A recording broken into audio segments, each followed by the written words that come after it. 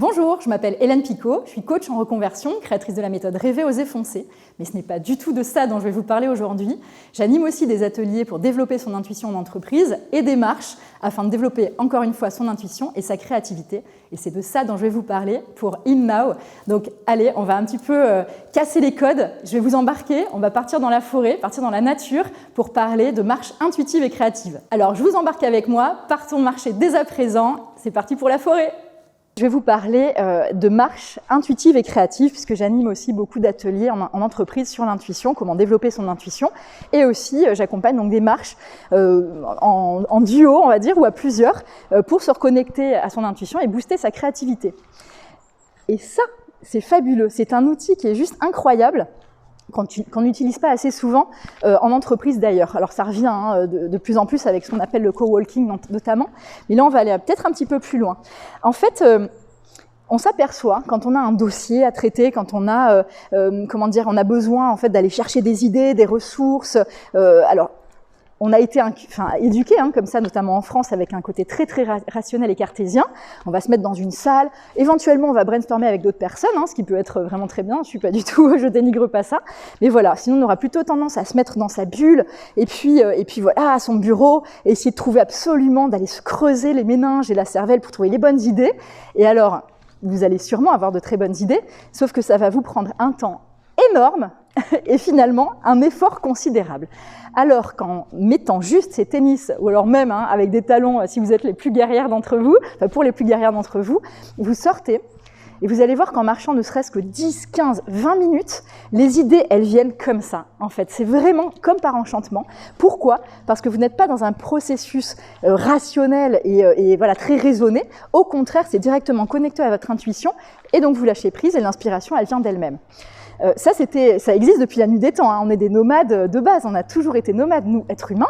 Et ensuite, les philosophes aussi ont utilisé ce pouvoir de la marche. Aristote, par exemple, avait créé l'école des péripapéticiens. Donc, ça vient de là. Les péripapéticiennes qui arpentent le bois de Boulogne, c'est aussi un courant philosophique. Ça vient vraiment de ça, puisqu'il s'était aperçu, donc Aristote, que quand il marchait avec ses disciples, finalement, ça coulait de source. C'est vraiment ça, ça coule de source. D'ailleurs, c'est une expression qu'on utilise, mais hop, c'est ça vient directement d'en haut et on a les inspirations divines, si je peux m'exprimer ainsi. Donc la prochaine fois, ce que vous allez faire dès aujourd'hui, dès ce soir ou demain, vous allez noter les problématiques que vous avez. Alors, prenez-en une d'abord, peut-être pas tout un paquet d'un coup, mais pour vous entraîner. Donc c'est soit vous avez par exemple une synthèse à faire, ou alors vous avez un livre à écrire, ou en tout cas un projet à mener, quelque chose qui bloque. Eh bien, vous allez noter comme ça, avant de partir sur votre marche, s'il vous plaît, voilà, j'ai besoin d'avoir des réponses sur ce dossier-là. J'ai besoin finalement de fluidifier cette problématique, de dénouer cette problématique. Et vous partez. En revanche, quand vous partez marcher, lâchez prise, vraiment, c'est-à-dire commencez pas à cogiter, à ruminer à fond. Non, profitez de votre balade, partez marcher pendant 10, 15, 20 minutes, 30 minutes, 1 heure. Moi, je marche tous les jours entre 1 heure et 2 heures. Voilà. Et là, je suis au Beau de Provence, c'est magnifique. Mais même quand je suis à Paris, où que je sois d'ailleurs, tous les jours, je marche, même quand il pleut. Et vraiment, je vous assure que c'est un bienfait considérable, outre les bienfaits physiques que ça peut procurer. Mon premier bouquin, je l'ai écrit essentiellement comme ça, grâce à des marches que je faisais tous les jours. Et dès que je rentrais à mon bureau, il y avait toutes les infos qui étaient descendues. Je savais exactement comment j'allais écrire. Et c'était parfait. C'est extrêmement fluide. C'est beaucoup plus fluide. Donc, vous pouvez faire ça aussi à 2 ou à plusieurs. Même si vous menez, par exemple, des entretiens d'embauche, pourquoi pas ? Ça peut être aussi quelque chose. Ça va délier les langues. Et puis, ça va permettre à chacune des parties d'être beaucoup plus, en lien avec ce qui se passe à l'intérieur d'elle aussi. Et puis, voilà, connecté à tout cet extérieur, où que vous soyez, je le répète. Et vous allez voir que les idées vont germer d'autant plus rapidement. Donc, dès à présent, vous notez ce que vous voulez, ce que vous voulez dénouer. Ça peut être aussi de retrouver un petit peu, quand vous êtes très stressé, vous pouvez aussi demander à cette marche quelque chose de plus serein. Donc, vous partez avec cette intention-là, que cette marche vous sérénise, si on peut s'exprimer ainsi.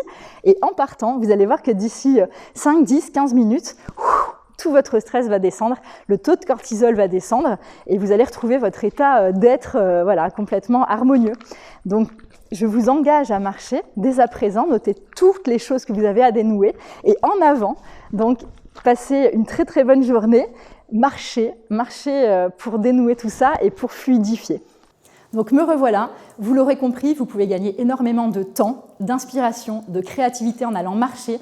Donc je vous engage à aller vers cette nouveauté, ces nouvelles manières de fonctionner, notamment en RH.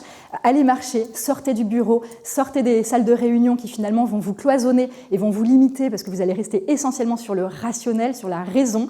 Lâchez-vous, embarquez vos équipes, partez seul aussi de temps en temps si vous le souhaitez, mais vous allez voir que vous allez gagner énormément en termes de temps, en termes de productivité, en termes de bien-être tout simplement.